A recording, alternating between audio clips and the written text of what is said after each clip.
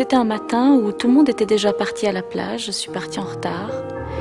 Et le seul accès à la plage était en fait un petit pont qui traversait une rivière. J'étais comme terrorisée, j'osais pas traverser ce pont.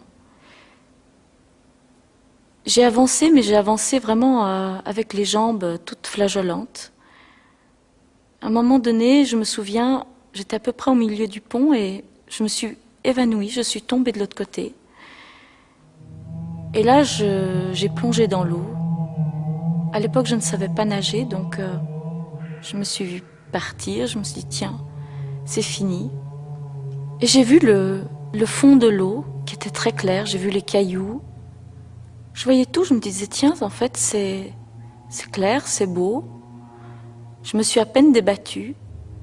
Et je me suis sentie sortir de mon corps. Et je me suis retrouvée dans un endroit où il faisait, mais chaud, agréablement chaud, et c'était très lumineux, très agréable. J'étais vraiment dans un état de confiance totale. C'était le bonheur, peut-être le paradis, je sais pas. C'était plein de lumière, d'amour, de réconfort. Et à un moment donné, j'ai senti qu'il fallait que je devais redescendre. Et je me suis retrouvée donc de nouveau dans mon corps. Il y avait une personne qui était un monsieur d'une cinquantaine d'années qui était en train de me réanimer. Je me souviens simplement qu'il y avait plein de monde autour, que c'était un peu l'affolement. Je me suis relevée, j'étais comme métamorphosée, j'étais toute tranquille, sereine, j'avais absolument pas eu peur. J'étais un petit peu dans un état de grâce. Vous dites, Sophie, que vous êtes sortie de votre corps. Alors c'est quelque chose qui est difficile à concevoir sur un plan médical, scientifique. La conscience est dans le cerveau. Vous êtes sûr que ce n'était pas un produit de votre imagination? J'aimerais bien le savoir. Par contre, ce que j'ai vécu, je l'ai vécu tellement fortement et de nombreuses fois par la suite. Ce qui fait que je peux difficilement nier que ça a eu lieu. Mais c'est vrai que souvent je me suis posé la question si j'étais peut-être pas normale ou si j'avais pas été traumatisée par cette histoire-là, si c'était... Oui, c'est vrai, souvent je me suis demandé si j'étais pas un peu cinglée. Néanmoins, vous êtes sûr que vous étiez réellement dissocié de votre corps?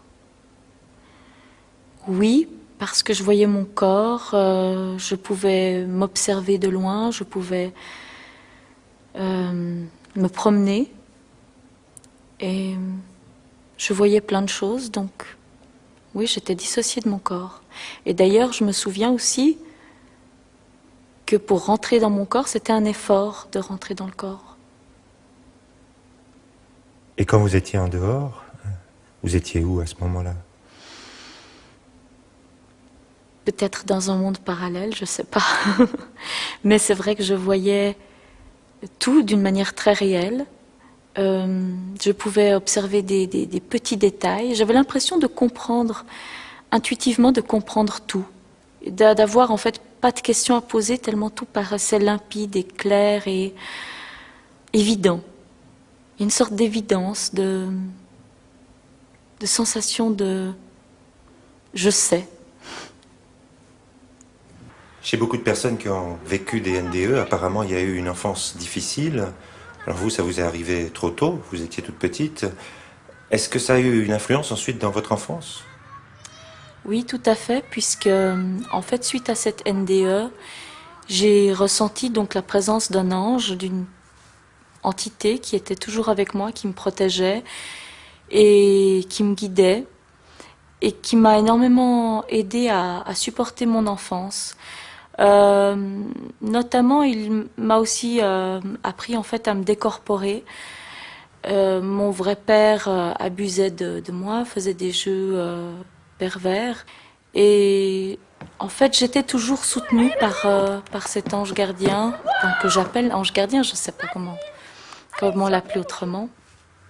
Ma mère donc s'est remariée une troisième fois et mon troisième père me battait avec beaucoup de violence, parfois pendant 10 à 15 minutes d'affilée. C'était très, très très violent physiquement. Donc justement, lorsque mon beau-père me frappait, que ça commençait, j'avais retrouvé en fait la technique presque instinctivement. J'arrivais à quitter mon corps pour pas supporter 10 minutes de tabassage parce que c'était très long. Et suivant dans quelle position je me mettais, j'arrivais à partir très vite et à réintégrer mon corps une fois que tout était fini. Donc ça a été, en fait, grâce à ma NDE, je pense que le mécanisme a été mis en route à ce moment-là. Ça m'a donné la possibilité de le reproduire, un peu comme une gymnastique finalement. Vous parlez de décorporation, vous parlez d'anges comme si c'était des évidences, alors que pour la plupart des gens c'est un peu surréaliste. Vous arrivez à en parler autour de vous, comme vous le faites maintenant? Non, c'est très difficile. La plupart des gens sont fermés, réagissent avec beaucoup de scepticisme. Et souvent on me dit, bon, elle est un petit peu allumée, elle n'a pas les pieds sur la terre.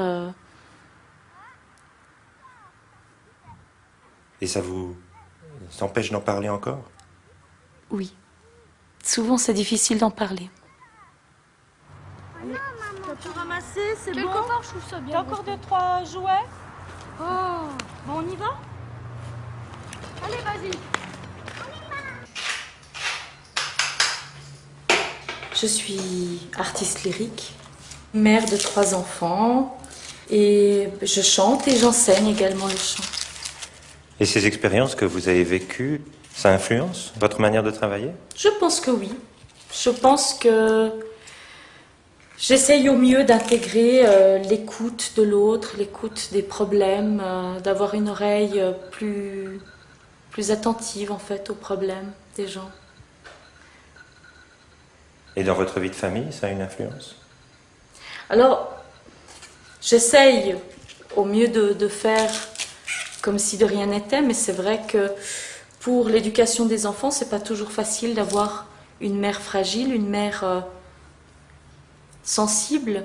Alors peut-être que l'image que je leur donne n'est pas toujours très rassurante. C'est pas une mère d'un bloc, c'est une mère avec en dents de scie, avec des moments très intenses de prière, d'introspection, et puis des moments très actifs. Je pense que ça m'a apporté un réconfort et une confiance en la vie. C'est vrai qu'à travers le chant, j'ai eu la possibilité justement d'aller retrouver ces moments où on n'est plus rien finalement, où on lâche prise. Ça m'a aussi donné envie de transmettre aux autres ce que j'avais reçu. Cet instant de grâce, j'aimerais tellement le faire partager à d'autres.